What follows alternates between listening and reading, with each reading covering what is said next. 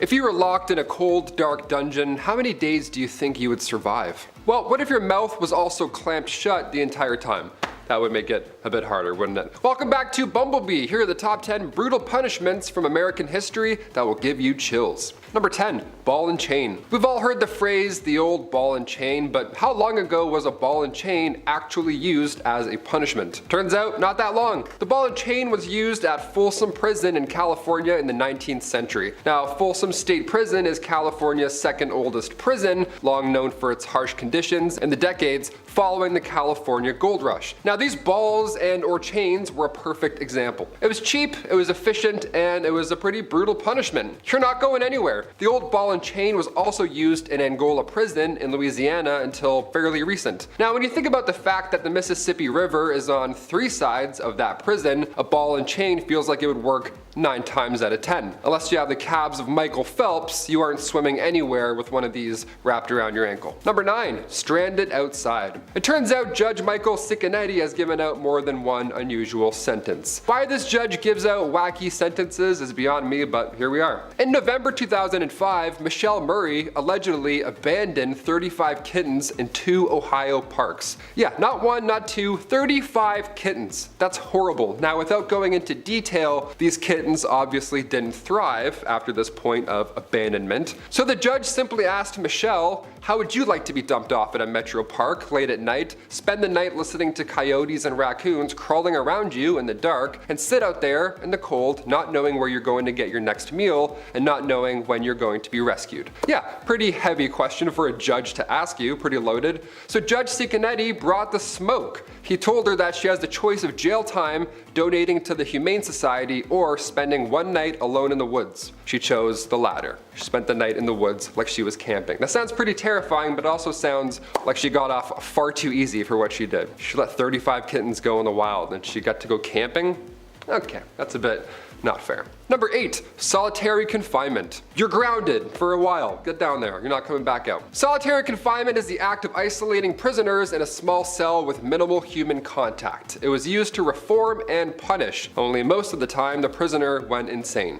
Yeah, sorry about that, we forgot about you. Solitary confinement was introduced in the United States in the 1700s among religious groups. See, at first, they thought that isolation with a Bible in your hands, well, they thought that would lead to rehabilitation. It didn't, they just went mad with said Bible. The practice expanded significantly in the 19th century when it was viewed as a humane alternative to prevailing methods of punishment like public floggings. However, by the early 1900s, it had lost its charm due to its high cost and the fact that it was highly unethical. It would return as a common form of incarceration during the tough on crime political period in the 1980s and 90s, but otherwise you're not going to see this anymore. Thank the Lord. I thought being grounded was bad as a kid. This sounds brutal. Number 7, the drunkard's cloak. The drunkard's cloak was a form of punishment used in colonial America for public drunkenness, as you would have guessed. Offenders were made to wear a barrel with holes cut out for their head. I almost said heads and arms. They don't have 2 heads. With a barrel with holes cut out for their head and arms, making them a spectacle of public humiliation. Now, this punishment aimed to shame the individual and deter others from similar drunken behavior out and about. The last recorded use of the drunkard's cloak in America was in the early 19th century. Thank God this one's gone. That'd be pretty funny though. You walk down the street, someone wobbling, you're like, okay, you got a little crazy last night. Maybe a bachelor party?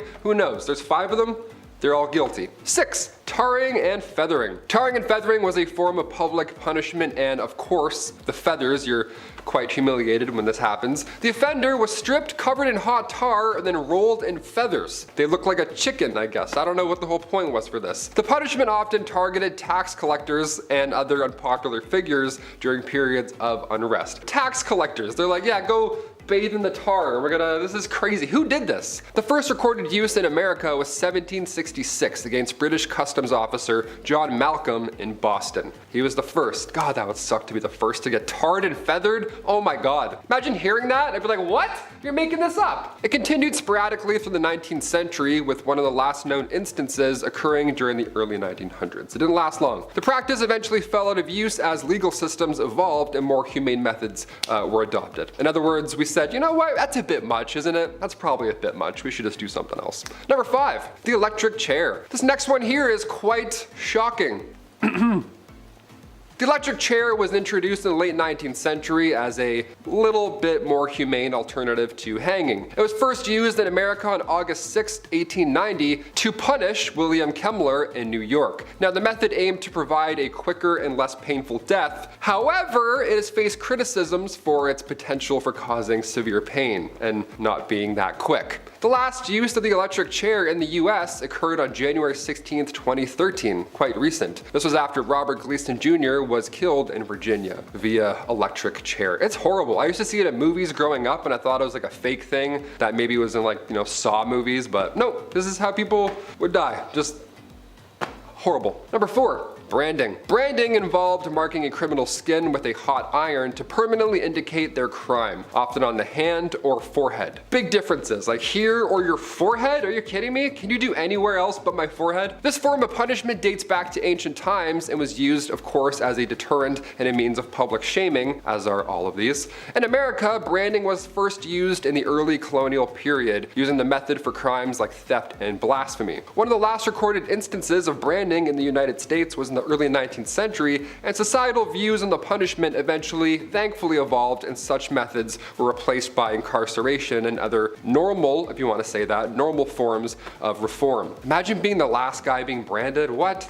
You're so close. Psst, and we're done. No more. Sorry. So close. Number 3. Exile and banishment. The punishment of go away, just keep going, forever, bye. This one involved forcing offenders to leave a community or a region entirely. Just get on out of here. These were common punitive measures in early colonial America, quite a popular place to start these punishments. These punishments were used to remove undesirable individuals, such as criminals or those accused of witchcraft, from society.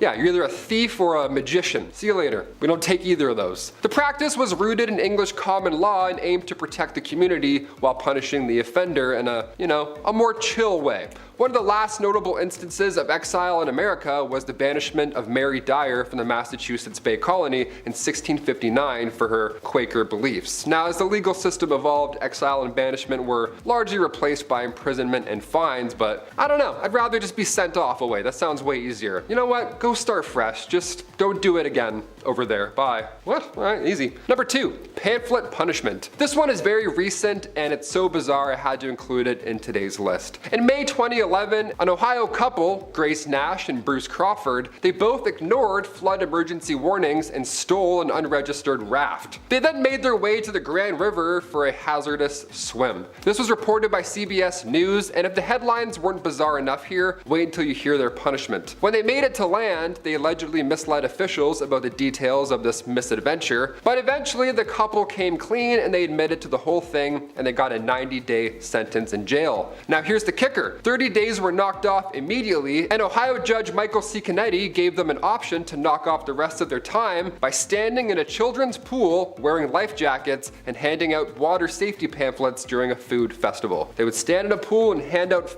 pamphlets all day. That sounds like a great time. I don't know. Sounds like they got off easy. A food festival in May? That sounds like the best place to hang out all day. Don't ignore flood warnings or you'll be embarrassed for like 8 hours. Okay. Number 1, the iron gag. Not to be confused with the Iron Giant, the iron gag was a metal device used to silence prisoners by clamping their tongues down. Yeah, kind of hard to beg for your life when you can't talk. You have a big piece of metal in your mouth. You have the Iron Giant's finger down your throat. This horrible device was famously used in the Matthias Macumsey case from Lancaster County in 1833. See, Matthias got himself busted for manslaughter and was given the iron gag while serving time in the Eastern State Penitentiary in Pennsylvania. This case is well known because Matthias died in prison while wearing one of these. Yeah, imagine that. Your last moments and your tongue is clamped down. That's like a saw trap. That's one of the worst ways to go. History is brutal. Over 200,000 people, or about 1 in 7 prisoners in the United States, are serving life or virtual life sentences in 2019. And over 50,000 prisoners are serving life without a chance of parole, and in many cases from current to distant past, so many were locked up for a variety of crimes. crime. Although Arthur Barker was sentenced to serve a life sentence, it didn't last that long as much as we thought. Arthur Raymond Doc Barker was an American criminal, the son of Ma Barker and a member of Barker Karpus gang founded by his brother Fred Barker and Alvin Karpus. Barker was typically called on for violent actions while Fred and Karpus planned the gang crimes. He was arrested and convicted of kidnapping in 1935 and sent to Alcatraz Federal Penitentiary in 1936 as he was killed 3 years later while attempting to escape. Barker was described as one writer, a dimwit and a drunk, who was not much more than a brutal thug. However, fellow Alcatraz inmate Henry Young said that he was determined and ruthless and that once he started on anything, nothing could stop him but death. On August 25, 1921, Barker and 3 other men robbed a woman at a hospital construction site in Tulsa. The 3 men were surprised by the night watchman, Thomas Sherrill. Sherrill was fatally shot when 2 of the men shot at him while fleeing the scene. After Sherrill's family hired a private investigator, Barker and another man, Volney Curly Davis, who worked at the construction site and was friendly with the Barker family, were arrested for Sherrill's death. When he was sent to Alcatraz, and him and his other inmates tried to escape the rough, watery terrain by creating a moat, but unfortunately they were caught on the island. As a result, the guard shot him even though he had died during the recapture. Raymond Kwok Chung Chow was also named Shrimp Boy, is a Hong Kong-born felon with ties to the San Francisco Chinatown street gang and an organized crime syndicate, including an American branch of the Hong Kong-based triad Wo Hop To and Hop Sing Boys. In 2014, Chow, with 28 other defendants including former California State Senator Leland Yee, was also indicted for racketeering, money laundering, and a host of other alleged criminal activities. Leland Yee pleaded guilty to racketeering in 2015 in July for conspiring with his campaign fundraiser to defeat donation limits through the money laundering aspect. Despite initial press release, Chow was not indicted in any form of racketeering conspiracy with Leland Yee, as Chow was indicted in a racketeering conspiracy which alleged that he oversaw the criminal factions of the Geet Kong Tong. On January 8, 2016, Chow was then found guilty on all 162 charges,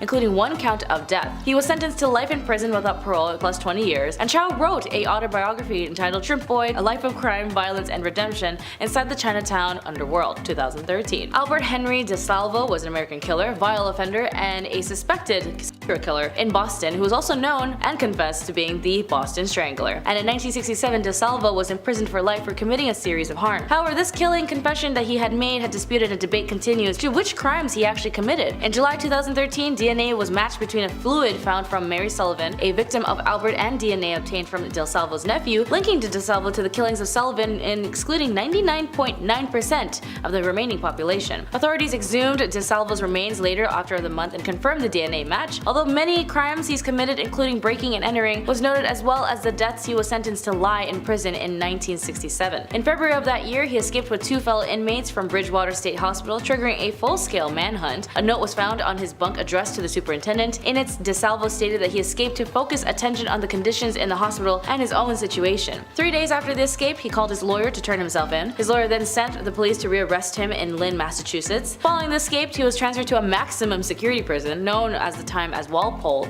where he later recanted the rest of his crimes, and on November 25, 1973, he was found stabbed to death in the prison infirmary. Robert Wilson, who was associate with the Winter Hill Gang, was tried for DeSalvo's killings, but at the end of the trial, it was a hung jury. Paul Bergeron is an American convicted felon and former criminal defense lawyer who practiced law in Newark, New Jersey. Prior to his conviction, he was known for defending a large range of famous and notorious clients, and he was convicted for conspiracy to killing a witness and other racketeering, illegal puffs, and adult working offenses. The sentences include 6 concurrent life terms in federal prison in 2013, and he was disbarred by the Supreme Court of New Jersey in 2016. A veteran lawyer from the area said the crimes alleged in the federal indictment would make Bergeron the craziest, most evil lawyer in history of New Jersey, and quote-unquote, that is saying something. And a federal court had likened Bergeron's downfall to the plot of a drama, as on March 18, 2013, a jury convicted attorney Bergeron of all 23 counts of which he was tried, including conspiracy to killing a witness and other racketeering and all that other nasty stuff. The U.S. Attorney for New Jersey, Paul J. Fishman, announced to the verdict Bergeron's conduct was stunning violation of his role as an officer of the court and a betrayal to his roots as a member of law enforcement,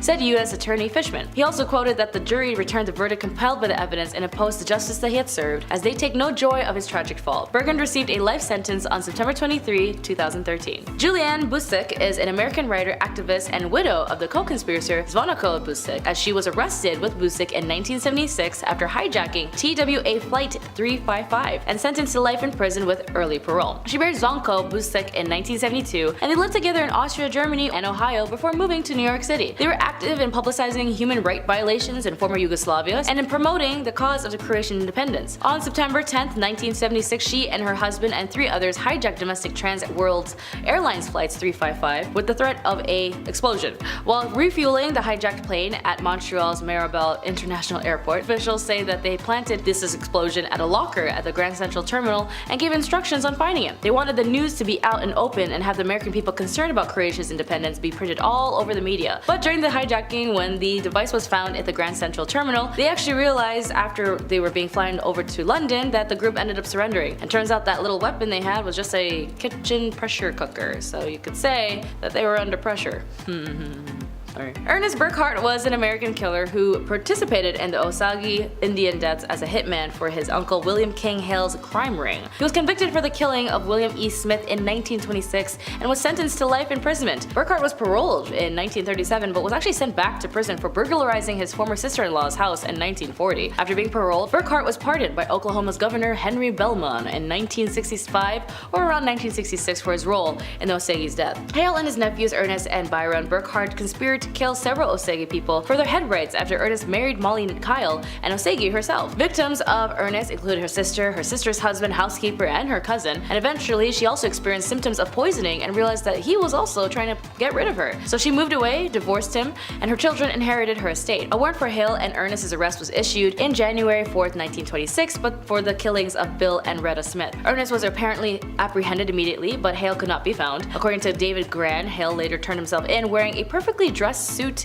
shoes shined to the gleam, a felt hat, and an overcoat with his diamond-studded Masonic lodge pin fastened to his lapel. Hale maintained his innocence, so federal agents focused on interrogating Ernest, and Burkhart was sent to the Oklahoma State Penitentiary in McAllister after being found guilty on June 21, 1926. James Joseph Whitty Bulger Jr. was an American organized crime boss who led the Winter Hill Gang in the Winter Hill neighborhood of Somerville, Massachusetts, a city directly northwestern of Boston. On December 23, 1994, Bulger fled the Boston area when he went to hiding after his former FBI handler, John Connolly, tipped him off about pending RICO indictment against him. Bulger remained at large for 16 years, and after 2011 arrest, federal prosecutors tried Bulger for 19 killings based on the grand jury testimony from Kevin Weeks and other former criminal associates. Although Bulger admittedly denied it, Bulger provided information of the inner workings of the Patriarca crime family and his Italian-American mafia rivals based on Boston and Providence, Rhode Island. In return, Connolly, as Bulger's FBI handler, ensured that the Winter Hill Gang was effectively or efficiently ignored. Beginning in 1997, press reports exposed various instances of criminal misconduct by federal, state, and local officials with ties to Bulger, causing embarrassment to several government agencies, especially to the FBI. Bulger's trial began in June 2013, and he was tried on 32 counts of racketeering, money laundering, extortion, and weapon charges,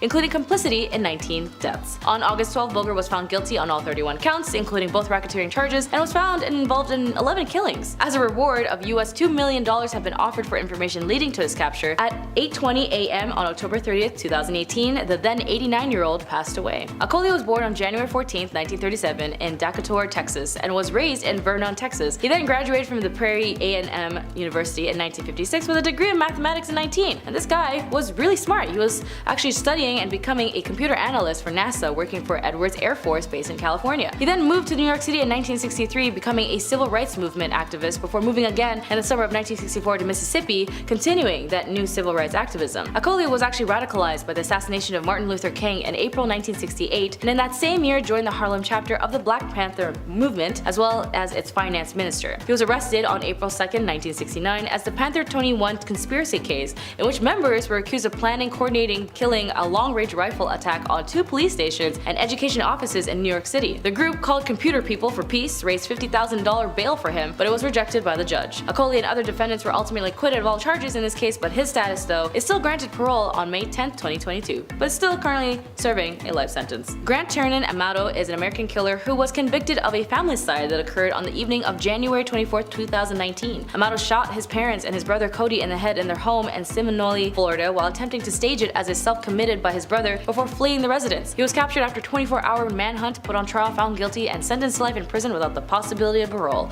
The reason? He was so into fanboying for online girl servers, so much to the point that he was addicted admitted to their love and affection that he spent over $200,000 when he was already racking in so much debt and problems, lack of job, nor stability. His family was so desperate for him to get out of his obsession and addictions, they needed to get himself together or they were going to be cutting him off. And considering he wasn't deep into showing his online girlfriend so much love that he could afford it, to his family, to him, they also cut him off from his life. And so the nail in the head was taking Grant to rehab centers, and he couldn't take that. When he felt remorse, Amato responded with, "My family has been blaming me for months for ruining their lives, stealing and not following the rules of their home, so I might as well be blamed for this too." All for an online girlfriend. And finally, the nasty man for sure, a US Army non-commissioned officer named Clyde Lee Conrad, who from 1974 until his arrest on August 23, 1988, sold top secret classified information to the People's Republic of Hungary, including top secret NATO war plans. He was convicted for espionage and high treason in German court in 1990 and was sentenced to life imprisonment. Graduating from Sir Brigg McKinley High School in Sibrig, Ohio, he was a member of and letterman in both track and weaponry, and was also known as being quiet and a good student. According to court records, Conrad was introduced to the Hungarian Secret Service in 1975 by his supervisor in the 8th Infantry Division, former US Army Sergeant First Class Zoltan Szabó. Szabó, who was actually convicted in espionage in Austria in 1989, received a 10-month suspension sentence in exchange for assisting the investigation by identifying some of the documents Conrad sold to the Hungarians. It wasn't until he was convicted by the Kölbeni State Court in June 6, 1990 of all charges and was sentenced to a life imprisonment and fined 2 million marks in order to forfeit all profits from his activities. He died of a heart attack though at age 50 in prison in 1998, and all the Americans convicted of espionage, Conrad is actually one of the only 5 spies to be considered making $1 million for just spying, which is pretty intense throughout all the stuff throughout history. Number 10, Bloody Monday. Although the Boomtown Rats wrote a song called I Hate Mondays based off of the killings of a 16-year-old girl named Brenda Ann Spencer, who targeted young students at an elementary school playground, which again another crime in the US that shocked many people, another Monday brought dark history but was forgotten as it was buried by other crimes and violence that echoed in the United States. Bloody Monday was a series of riots on August 6, 1855 in Louisville, Kentucky, and this was during an election day when Protestant mobs attacked Irish and German Catholic neighborhoods. These riots grew out of the bitter rivalry between the Democrats and the nativist Know Nothing Party. Multiple street fights raged, leaving 22 people dead, scores injured, and much property destroyed by fire. 5 people were later indicted, but none were actually convicted. The victims were not compensated. In this time, like other major cities on the Ohio and Mississippi rivers, Louisville grew rapidly in the previously 2 decades because of heavy immigration from Ireland and Germany. By the time the violence ensued and the bloodshed was over, more than 100 businesses, private homes, and tenements had been vandalized, looted, and/or burned, including a block-long row of houses known as Quinn's Row. Historians estimated roughly the 22 people had died, but Catholics noted over 100, as there were also entire families who were consumed by the fires in their homes. Number 9, Rock Springs. Rock Springs sounds like a nice spa with self-care treatments, but when it comes to American history, we forgot to add the word massacre at the end of those 2 words. Yes, the Rock Spring Massacre is a reflection of the many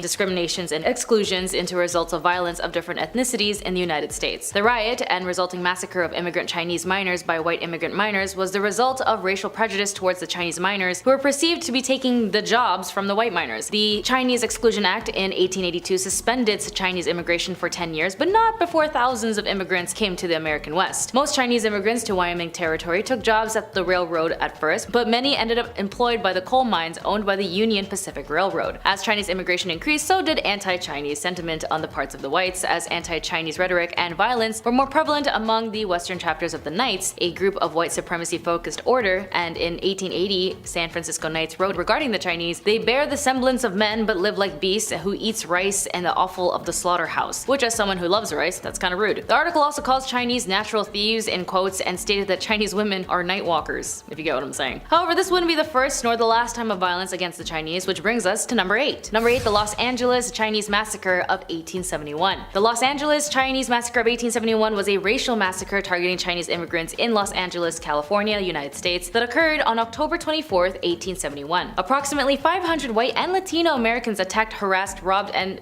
killed the ethnic Chinese residents in what is today referred to as Old Chinatown neighborhood. The mob gathered after hearing the policeman and a rancher had been killed as a result of a conflict between rival Tongs, the Ninyang and Hongqiao, as news of their deaths spreads across the city, fueling rumors that the Chinese community were killing quote-unquote white wholesale. 19 Chinese immigrants were killed, 15 of them of whom were hung by the mob in the course of the riot. At least one was mutilated when a member of the mob cut off a finger and obtaining the victim's diamond ring. Those killed represented over 10% of the small Chinese population of Los Angeles at the time, which was numbered at 172 prior to the massacre. 10 men of the mob were prosecuted and 8 were convicted of the manslaughter, and these convictions were overturned and appealed due to technicalities. Number 7. Hamburg Massacre. Of course, with the US, we must talk about another massacre, as it seems to be so prevalent on the land. During the Reconstruction era, there was an infamous riot known as the Hamburg Massacre or Red Shirt Massacre. Leading up to the last election season of the Reconstruction era, it was the first of a series of civil disturbances planned and carried out by white Democrats in the majority black Republican Edgefield district, with the goal of suppressing black American civil rights and voting rights and disrupting Republican meetings through actual and threatened violence. Beginning with the dispute of over free passage on a public road, the massacre was rooted in racial hatred and political motives. A court hearing attracted armed white rifle clubs, also known as the Red Shirts, who might later merge into the Triple Ks, desiring to regain control of state governments and eradicate the civil rights of black Americans. Over 100 white men attacked about 30 black servicemen of the National Guard at the armory, killing 2 as they tried to leave that night. Later that night, the Red Shirts tormented and killed 4 of the militia while holding them as prisoners and wounded several others. In total, the events in Hamburg resulted in the death of 1 white man and 6 black men, with several more black individuals being wounded. Although 94 white men were indicted for the killings of the coronary jury, none were prosecuted. Number 6. Charleston. Yes, when it comes to violence against minorities and people of color, the US seems to be pretty adamant with that. In tying into more recent historical events, as this is also part of history, reflecting on number 7 is in number 6 with the unfortunate Charleston church shooting. Although this occurrence happened in 2015, the result of its hate crime was in a reflection of anti-blackness which took place in Charleston, South Carolina. 9 people were killed and the 10th was injured. The crime took place during the Bible study at the Emmanuel African Methodist Episcopal Church, one of the oldest black churches in the southern United States. Among the fatalities was the senior pastor, state senator, and at the time was noted as the deadliest mass violence that took place at a place of worship in the US history. Dylan Roof, who was the guilty party as he was 21 years old at the time, committing said crime, with images of him holding racist propaganda and posting a manifesto of his ambitions. After he was arrested, he later confessed that he committed the violence in hopes of igniting a race war, as well as according to his roommate, Roof expressed his support for racial segregation in the United States and he wanted to start a civil war. Okay. On December 15th, 2016, Roof was convicted in federal court of all 33 federal charges and is currently awaiting the death penalty. Number 5. Know Nothing Riot. I know about nothing as much nothing knows about me, but somehow, some who may not know, the Know Nothing movement was a natives political movement in the United States in the mid-1850s. The national political organization, also known as the Know Nothing, was officially known as the Native American Party prior to 1855. Thereafter, it is simply known as the American Party. Members of the movement were required to say, "I know nothing," whenever they were asked about specifics by outsiders, providing the group with its name. Mainly composed of Protestants, they had a huge resentment against Catholics and opened up what would be the Know Nothing riots, which apparently had a lot of riots throughout the years of 1844 to 1858. In the 5 months leading to the riots, nativist groups had been spreading false rumors that Catholics were trying to remove the Bible from public schools. Really, Catholics out of all people? Because of this rumor, it opened a chain reaction of violence against the Catholic community, especially the Irish Catholics that immigrated there. In relation to our number 10, Bloody Monday, it also was in association against the Irish as well as German immigrants who are also Catholic at the time. Number 4, the Greek Town Riot. Well, in US history, if you're an immigrant, you're bound to experience violence, especially in the past, but even now they'll do it at your face or even through small microaggressions that make you feel really small and confused. Another unknown crime committed in the US that not many might know about is the Greek Town Riot in Nebraska on February 21st, 1909. Several Greeks were wounded and injured when a mob of 3,000 men displaced some of the population of Greektown. They also wrecked buildings there and of course started a riot. They looted homes and businesses while physically harming Greeks as well as Italians and Romanians who they misidentified as Greeks. According to some sources, a 14-year-old Greek boy was killed, although other sources stated that nobody was killed. The entire Greek population of South Omaha was warned to leave the city within 1 day or risk the ongoing wrath of the mob. During the violence, the South Omaha police did not or could not control the mob and they asked help from the police in Omaha, which was a separate city at the time, but the police there decided not to join in. Why did this all happen? Well, because a 36-year-old man named John Massacre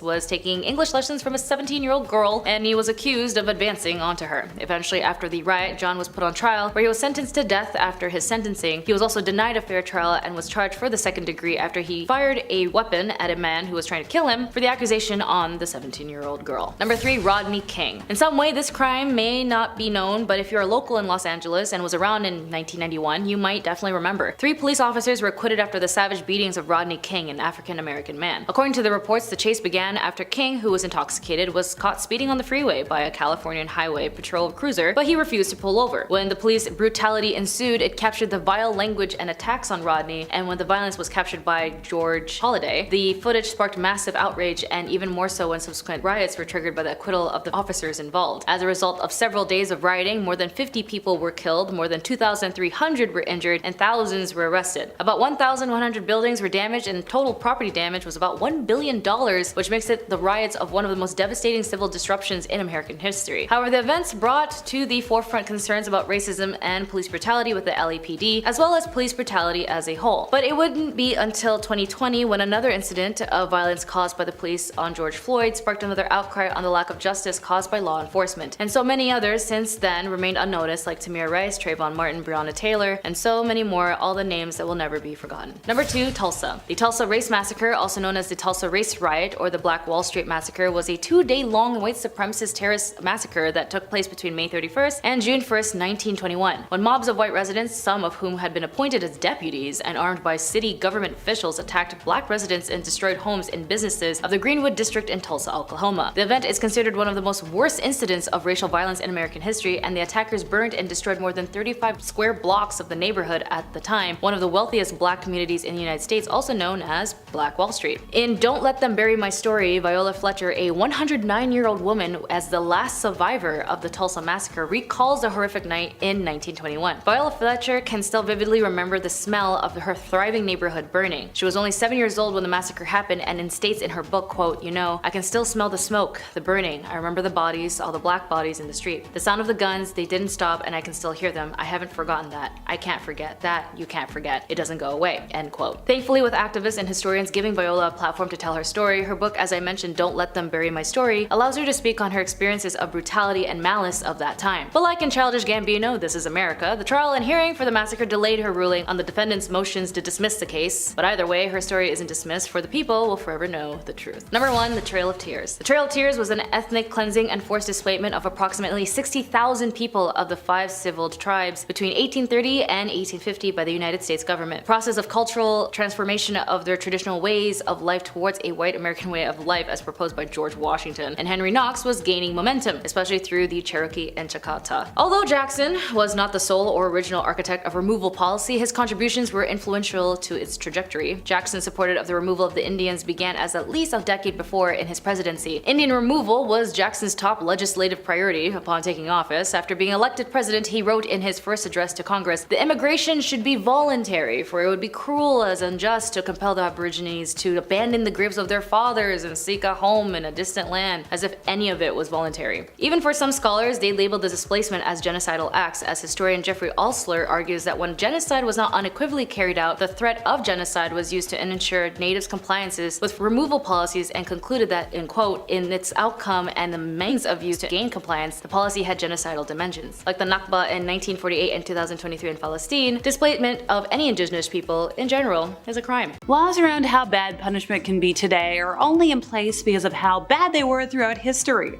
Some of the things I can't talk about include waterboarding, the horrors of MK Ultra, witch trial doozies, and more. Question for y'all: what do you consider the worst punishment you could have received throughout history? Let me know in the comments, and let's see if it makes today's list. Let's kick things off with a doozy of a punishment that's been used throughout American history, and that's none other than waterboarding. So this is a form of torment in which water is poured over a cloth covering the face and breathing passages of an immobilized captive, causing the person to experience a sensation of drowning. In the most common method of waterboarding, the captive's face is covered with a cloth or some other thin material, and then they're on their back at an incline of about 10 to 20 degrees, to be specific. Punishers pour water onto the face over the breathing passages, which causes an almost immediate gag reflex and that bad sensation I mentioned a moment ago. So normally water is poured intermittently to prevent death, but if it's poured without interruption, that's death by asphyxia. Not fun. Waterboarding can cause extreme pain, damage to the lungs, brain damage from oxygen deprivation, other physical injuries, possibly broken bones due to struggling against restraints, and overall just lasting psychological damage. Adverse physical effects can last for months, and psychological effects for the rest of your life. Another form of what is considered cruel and unusual punishment in the US of A happens to be sleep deprivation. Not the one you do to yourself, The United States Justice Department released 4 memos in August of 2002 describing interrogation techniques used by the CIA, and claimed that forced sleep deprivation for up to 180 hours, 7.5 days straight, by shackling a diapered prisoner to the ceiling. They were like, oh no, that's not torment. Also, apparently the combination of multiple interrogation methods, including this one, were like, nah. And I think a lot of folks would disagree. While it leaves no physical signs of harm, the United Nations does recognize it as a form of awfulness. Project MKUltra. Now this had the stated goal of developing biological and chemical weapons during the Cold War, but it also secretly dosed a lot of individuals with LSD. Why? They wanted to test the potential for mind control. The project began during a period of what journalist Rupert Cornwell described as paranoia at the CIA, when the US had lost its nuclear monopoly and fear of communism was at its height. Although the practice reportedly continued for 2 decades, it was launched before the big movement of the 60s that made LSD into a popular counterculture symbol. And, oh right, mind control. During the program, the CIA established front companies to work with more than 80 institutions, and in some cases, academic researchers were funded through grants from the CIA front organizations, but they didn't know that the CIA was using their work for these purposes. So, what did the agency do? Well, they ran experiments on subjects, humans, using LSD, hypnosis, and a lot of torment. Many of the human guinea pigs were mental patients, prisoners, addicts, or as one agency put it, people who couldn't fight back. And this wasn't just in the United States. In areas under American control, so Europe, East Asia, Japan, and so forth, the CIA created secret detention centers so the US could avoid criminal prosecution. The CIA captured people suspected of being enemy agents and people they deemed expendable so they could have some fun and learn. Prisoners were interrogated while being administered these fun substances, electroshocked, and subjected to extremes of temperature. Also dealing with sensory isolation, which, yikes. In one case in particular, a patient in Kentucky was dosed continuously for 174 days. So invested in all of this was the CIA that some have labeled the agency responsible for the entire psychedelic movement in the US. At least 2 American deaths can be attributed to this program, according to the Church Committee. And the Church Committee uncovered a lot of this, but at the end of the day, a lot of the top secret files were ordered to be destroyed in 1973 by the director after the Watergate scandal. But there's enough left to confirm one of the wildest and most crazy stories from the history books. And sure, while some folks might be looking at this like, woohoo, free acid. No, this was torment for a lot of people and absolutely awful and ruined their lives. So when most folks think of awful punishments, they often think of scars and wounds. However, inflictors of pain often use methods that are painful and create long-term injuries but without scars, which I know I've already talked about a bit today, but let's talk some more about it. So the use of stress positions is one of these awful methods, and it's pretty common. These positions force a prisoner into a painful physical position, such as forced standing, awkward sitting positions, or suspension of the body for prolonged periods of time. This can lead to long-term or even permanent damage, including nerve, joint, and circulatory damage, and muscle and joint pain. And yep, it's another one of those things on the list of things used by the US government that they technically aren't supposed to do. Time to go back in time to witch trials, specifically witch trial cakes. Sadly, these aren't yummy Halloween cakes, but instead a bizarre form of counter magic, quote unquote, a supernatural dessert that was used to identify suspected evildoers. In cases of mysterious illness or possession, witch hunters would take a sample of the victim's urine, mix it with rye meal and ashes, and bake it into a cake. Now this stomach-turning concoction was then fed to a familiar or animal helper of the suspected witch because they wanted to pray that the creature would fall under its spell, reveal the name of the guilty sorcerer. During the hysteria that preceded the Salem witch trials, Tituba famously helped prepare a witch cake to identify the person responsible for bewitching somebody. The brew failed to work, and the knowledge of spells and folk remedies that Tituba had was later used as evidence against her because they were like, you've got to be a witch for knowing this. One more thing, another use for a witch cake came from burning the pastry in hopes that the scorching heat would transfer to the witch and force her to reveal herself. But at the end of all this, the harm against animals? That's punishment enough and awful. Ever heard about a ducking chair? Not to be confused with a cucking chair, which is a whole other concept, or the red hot stools women accused of having naughty acts that the devil would have to sit on. Whole thing. Sadly, not enough information is out there to unpack all of that, but let's keep moving. The ducking stool was a strongly made wooden armchair, often made out of oak, in which the offender was seated, with an iron band being placed around them so they would not fall out during their immersion. The earliest record of the use of such is towards the beginning of the 17th century, and it was used in Europe, but also in the United States, and it was quite something. So usually this chair would be fastened to a long wooded beam, kind of like a seesaw, at the edge of a pond or a river. I'm sure you can see where this is going. Sometimes the ducking stool was not a fixture, but instead was mounted on a pair of wooden wheels, so that it could be wheeled through the streets. And at the river edge, it was just hanging by a chain. In sentencing a woman, the magistrates would order the number of duckings she should have. And as much as I've scoured the internet, there's some data missing on the numbers. The type of ducking stool was called a tumbrel, and this was a chair on two wheels with two long shafts fixed to the axles. This would be pushed into a pond, and then the shafts would be released, ergo tipping the chair up backwards. Sometimes this punishment proved fatal, and subjects would die. Once again, the sometimes should be taken with a pound of salt. Way back when, ducking was used as a way to establish whether somebody was a witch or not. So the ducking stools were used for this purpose, but then later you could do this without the chair. So in that instance, you would bind the subject's right thumb to your left big toe, and then you tie a rope around the waist of the accused and throw them into a pond. If you float, then you're in league with the devil. You're rejecting the baptismal water. And if you sink, you're clear. Oh, and you're also dead. We all know about gas chambers. They're an apparatus for killing humans or other animals with gas, consisting of a sealed chamber where you've got the poisonous or asphyxiant gas, and a lot of different gases can be used: hydrogen cyanide, carbon monoxide, and so forth and so on. So while this is more so associated with deaths in Germany during a certain time period, it's actually been used as a form of end-of-life torment in the States. And it's still legal in places like Arizona, Missouri, and Wyoming. The last person to meet their end by it was Walter Legrand in Arizona in 1999, but it could technically still be used today if requested. Going back in history, there were some awful ways that a lot of Americans punished their own servants.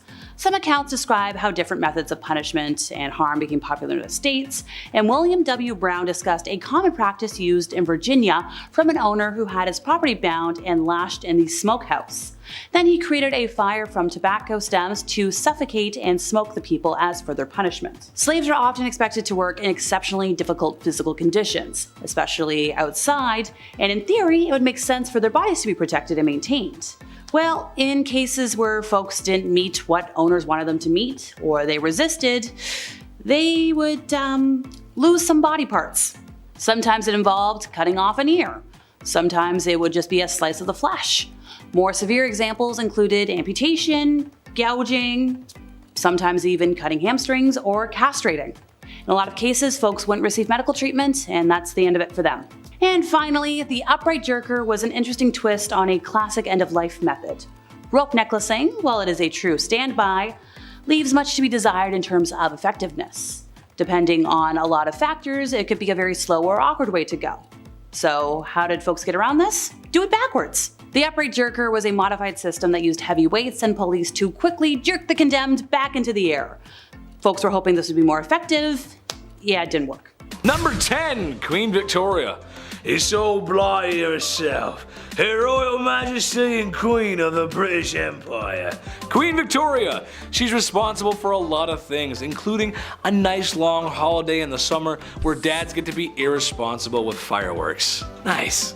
All fun jokes aside, she was the queen of the monarch, and she wasn't the worst queen ever, but during her reign, the British Empire had never really been stronger, as it took part in absorbing many smaller nations into the empire. And they didn't ask nicely, if you catch my drift.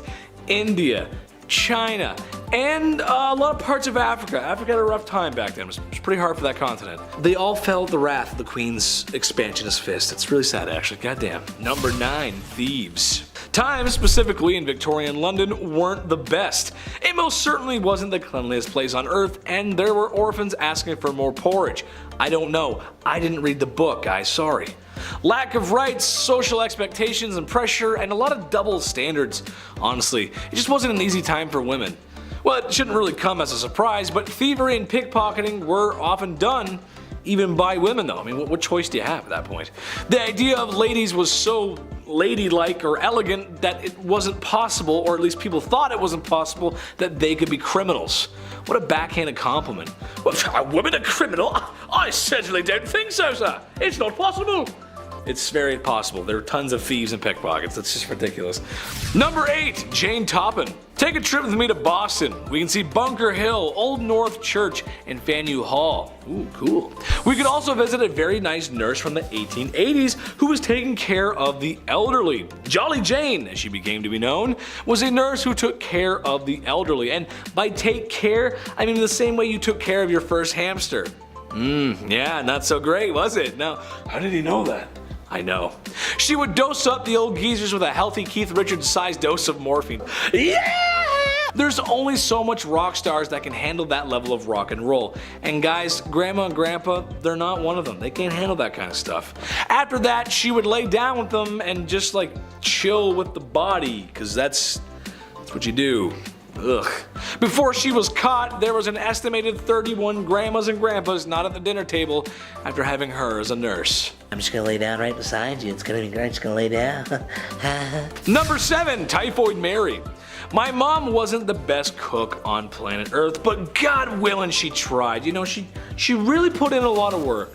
Excuse the meme here, but she makes a mean spaghetti though. God, I love mom's spaghetti. I really do. And her cookies. Oh, she makes the best cookies. Everyone should agree with me in the comments section so I can show my mom and tell her she hasn't made cookies in a while. Tell my mom to make some cookies. It's time she makes cookies, man. They're so freaking good. They're the best on earth, I swear. Well, my mother is okay. She doesn't make up the Gordon Ramsay standards. But that's okay because no matter how well Typhoid Mary made the lamb sauce, it was always gonna make people green.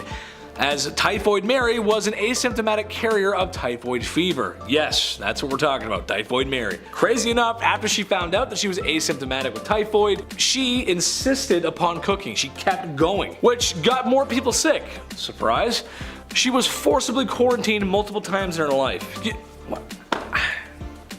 You can't make this stuff up. Please stop cooking, you're sick. I'm gonna do what I want, you can't tell me what to do. Number 6, Belle Starr. You know, for those who enjoy adult entertainment, her name kind of sounds like it came from there, right? Anyway, she was a cowgirl and outlaw in the 1880s and in the Lone Star State. She was married to an Indian and oftentimes as a couple would offer help to other outlaws needing refuge at their ranch. In 1883, her and her husband were caught trying to steal a horse. Very RDR of them.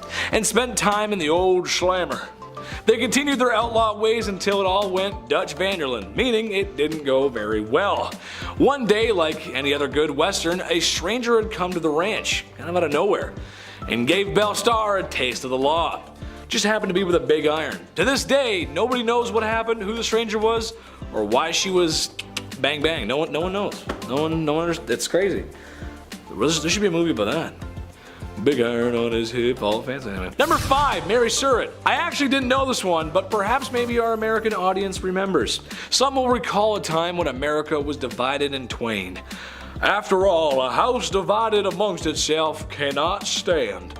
A certain top-hatted bearded president did his best to restore the Union. It took a lot of years and lives, but he managed to do it. However, some were still not pleased. A one John Wilkes Booth, to be specific, had to ask the president a leaded question, if you catch my drift. Well, after assassinating one of the most beloved presidents in American history, he needed to hide. You gotta hide after that. And Mary Surratt was the woman who'd let him hide. So I think aiding and abetting, as well as harboring the most wanted man in America at the time, counts as scandalous. She also had some other anti-union behavior as well. That's not good. Naughty, not very nice. Number 4, Lizzie Borden. Lizzie Borden took an axe, gave her mother 40 whacks. When she saw what she had done, she gave her father 41. Isn't that nice? Oh boy. Yes, that's right, the late 1800s teenage daughter who maybe perhaps pulled an O.J. Simpson. Nah, we're not sure, I don't know. Maybe she did not sort of brutally unalive her families. No one else was found at the scene, and then she was acquitted. That sounds just like OJ. Which, given how women were treated back in the day, is kind of strange because it just feels like women who are clearly not guilty were punished for stuff they didn't do, and women who are for sure guilty get off free. Her alibi was that she was in the barn when it happened, and then she walked to the house and Mom and Dad, what's going on here? Let me just wash off my bloody shorts here. What? Who did that? What? That's crazy. Number 3, Mary Ann Cotton. Marriage can be tough, sure, but Mary Ann Cotton is the reason today you can't collect on life insurance when your spouse mysteriously, get your finger quotes out, mysteriously passes away. It all started when she predicted the passing of her stepson, and then it happened. Well, that's weird. After that, it was her husband here, and then another husband there, and well, it's starting to get a little fishy, don't you think? Well, once these unexpected passings were looked into, they all had something in common, something in their tummies. Arsenic. Yes, she was getting rid of her husbands and then trying to claim the insurance money. Evil, but ahead of her time, like 50 years ahead of her time. That's insurance fraud. That's interesting. And, well, it's also like cold-blooded, calculated unaliving, you know, but insurance fraud too. Number 2, Tilly Kilmick. Okay, how about a literal psychic who knew when all of our late husbands were going to pass? In the late Victorian era, Tilly Kilmick was first found predicting the passing of scruffy wild dogs in the ghettos of Chicago. It's kind of a weird thing to say, like, yeah, see that dog? That dog's not gonna make it. The dog? No, he's not gonna make it. Anyway, somehow she always knew when they were going to expire. Then it was her late husband of 29 years. That's kind of strange, 29 years, and he ends up, that's weird. After cashing the insurance money, which she got immediately, she started dating immediately, where oblivious man after man kept passing, and very shortly after she married more and more. Well, she was a regular Mary Ann Cotton, to say the least, as she too was using arsenic on her husbands to collect insurance money. She eventually was arrested, and her stipulation for being in prison was that she was not allowed to cook for anyone. I think that's fair. That's good. Don't let her cook. That's a good idea. Number 1, ladies of the evening. Love them, hate them, or spend a lot of money on them in Vegas. That's Las Vegas, baby. The era was defined by them, especially in London. Whoo, baby. I mean, at night you really couldn't walk anywhere without a fair lass daintily waving her hand in hopes of luring in a customer, which wasn't really an issue given that bedroom-related sicknesses were at an all-time high. Syphilis specifically had shockingly high percentage of the population and would make you think twice. Well, it would make us think twice, it would make me think twice, but people back then, they kinda just went for it. Right, is something wrong with you, love? I don't care, let's go anyway. Kicking off the list at number 10, a lot of hair. To kick off this wild part 2, I had to include the tale of the woman who ate her own hair. Why did she do it? What happened? How much hair? Well, let's find out. All the questions about to be answered. The Liverpool Daily Post back in 1869 got the attention of those passerbyers with this one. A 30-year-old passed away in the village of Lincolnshire. That's not too far off from the average life expectancy of the 1800s, but this case was a little odd. Something was off about it. So doctors asked the family if they could carry out a post-mortem, and lo and behold, a 2-pound solid chunk of hair was sitting in her stomach. It caused ulcerations of the stomach and ultimately caused her death. What a horrible way to go out. The woman's sister did note that over the last dozen years or so, she had been casually eating her own hair, just one piece every now and then. Ultimately, it added up. If you know anybody that's eating their own hair, pass this on. Send them this video. This sounds rather uncomfortable. Number 9, cat attack. If I have to pick, I would say I'm 100% a dog guy. Cats are cool, don't get me wrong, but this next story freaks me out a bit. Also, I had a cat once and I pulled its tail and it hissed at me and scratched me and scared the life out of me. So, dogs for sure.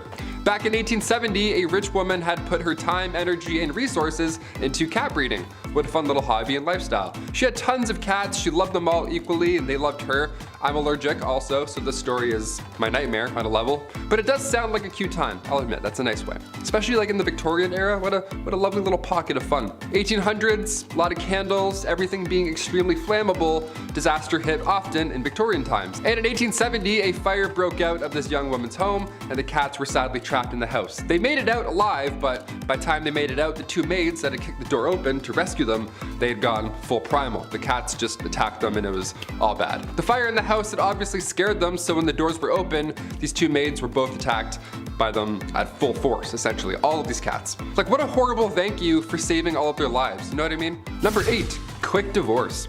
Let's just say the love thing isn't working out, okay? It happens, people change, but now what?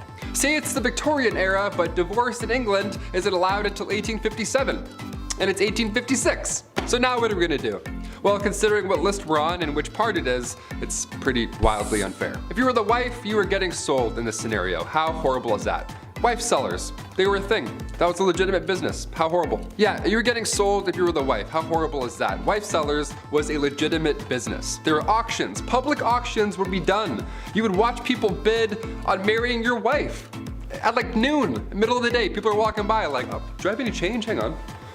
This is insane. One real sale that happened in 1862 was in Selby. The asking price was a beer. The asking price for this person's wife was 1 pint. Sold, just like that. That's crazy. Sold, drank, now I'm married. That's insane. Other times, most of the time, it was a rather expensive exchange. I feel like there are plenty of cases where this would honestly be the ideal scenario. Just get it done in one day, whatever. Peace. See you again. Bye. You're the worst. Number 7, the Great Famine. We're gonna lean out of wife selling for a hot minute and include the boys for this one. Yeah, come on back in, you're all guilty. The Great Famine took out everybody, not just Victorian women, of course. Back in 1845, potato crop that a lot of the Irish population was relying on was no longer available all of a sudden. A group of microorganisms just wiped them out, just like that, and in result, around 1 million folks died or had to leave. It was draconian law and British ruling that made the exported food hard to reach people that really needed it. So this famine led to Irish independence and anti-union movements. Little fun bit of history I had to include on this one. Number 6, the Brooklyn Theater Stampede. And we're back to absolute horribleness. Here we go. I love the theater. When the pandemic shut down plays, I actually felt pretty sad. I like sitting in full rooms watching a guy in a fake wig monologue about Mozart. Like, that's my ideal Saturday night. That's the best. I don't want that to not be a thing anymore. I love theater. But today we have an obnoxious amount of distractions that can take you out of the experience. Guy's texting, fighting his ex-girlfriend 2 rows ahead of me. I'm trying to watch Joseph in the amazing Technicolor Dreamcoat. I'm like, man, it's not the same anymore. Theater's not the same anymore. Turn off your phone. Throw a tomato at him. It can be distracting. Exit signs can also be pretty distracting. But we need them. We definitely need them. Because in 1876, the Brooklyn Theater caught fire after a single lantern fell over on stage during a performance.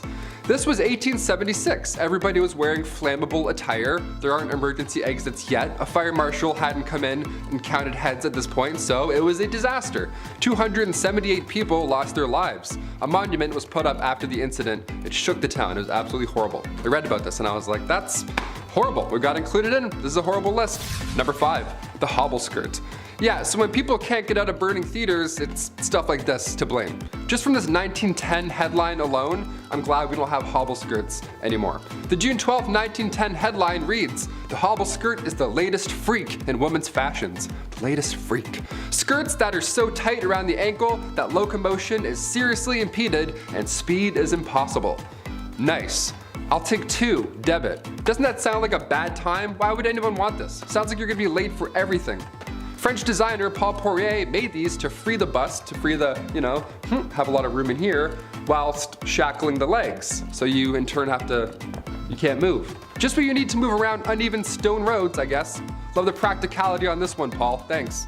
Despite how ridiculous and unsafe the hobble skirt looks and acts, only the wealthy could afford such a thing.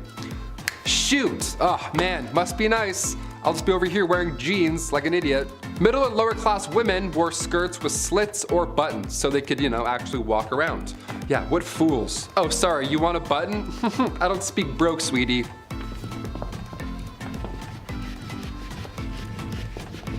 Number 4, lead-based. When I started here at the studio a year and a half ago, maybe 2 years, I was like, okay, I gotta put on face cream maybe. A lot of lights, a lot of HD.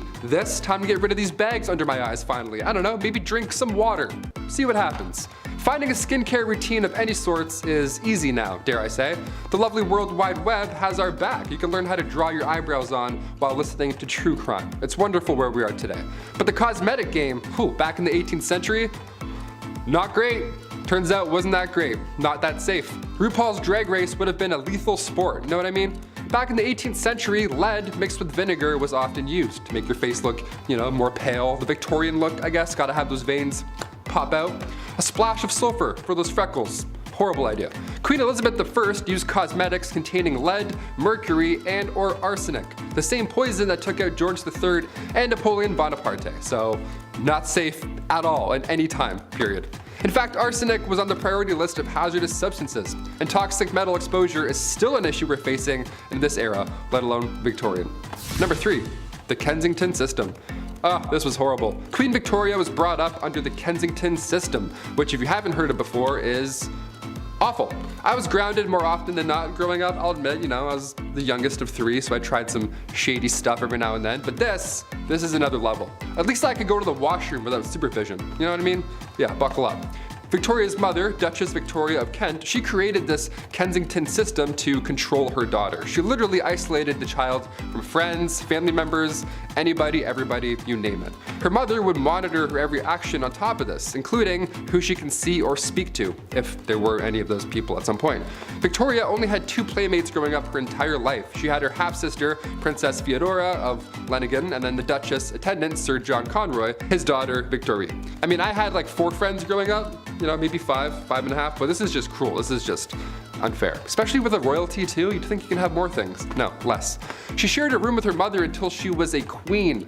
That entire time, she literally couldn't walk down the hallway alone. Victoria has reflected on her childhood, and yeah, in case you're wondering, she hates John Conroy. She referred to him as a demon incarnate, so she's got the words. Number 2, arsenic dresses. If looks could kill, literally. You've heard of arsenic and old lace at some point, but what exactly are we talking about? Back in 1861, a poet by the name of Henry Wadsworth Longfellow, real name, his wife, Fanny, also real name, her dress caught on fire and her burns were so bad that of course she sadly didn't survive.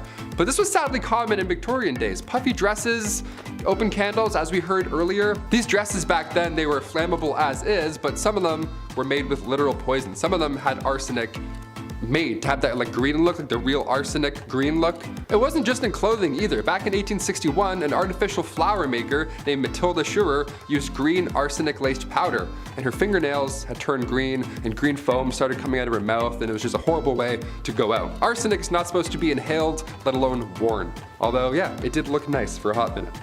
Not worth it. And finally, number 1, Queen Victoria's threats. Being the queen and all, and we're talking about the Victorian era, I figured we'd end with this one. Being the queen and all, a security team is always needed, and during her reign, there were multiple attempts to harm the young queen. The first attack was back in 1840. It was an 18-year-old man named Edward Oxford, and he fired towards the queen's carriage, but obviously and luckily missed. But when Edward was accused of high treason, he was actually found not guilty due to insanity. Then a couple years later, in 1842, it happened again. This time, 2 men fired at her. They were found guilty. In 1849, her carriage was attacked by William Hamilton. In 1850, as the carriage was passing the gates of Buckingham Palace, Robert Pate, a retired soldier, ran up and hit her with his cane. Victoria was okay, thankfully, but of course, she was shook. Then again in 1842, 1849, and 1872, attempt after attempt. But then things got a little worse. If you haven't heard of Boy Jones or anything that happened here, I saved it for last because it's extremely unsettling. A teenager stalked the queen back in 1838 until 1841. Edward Jones, aka Boy Jones. This guy somehow managed to break into Buckingham Palace more than once. It was some Assassin's Creed type stuff. He just knew some back way, he climbed some window or whatever. The guy just knew a route in, so he would break in and would more often than not just hide under the queen's sofa. He would sit on her throne sometimes, and one of the worst things ever, he would go through her drawers and like go through her clothes and stuff. It was creepy. He would steal her clothes until eventually and thankfully he got caught. Of all the things you can do, of all the crimes you want to commit in the Victorian era, you're gonna go hide under a couch for 5 years? Okay, I'm glad he got caught, but just so weird. What a weird ending.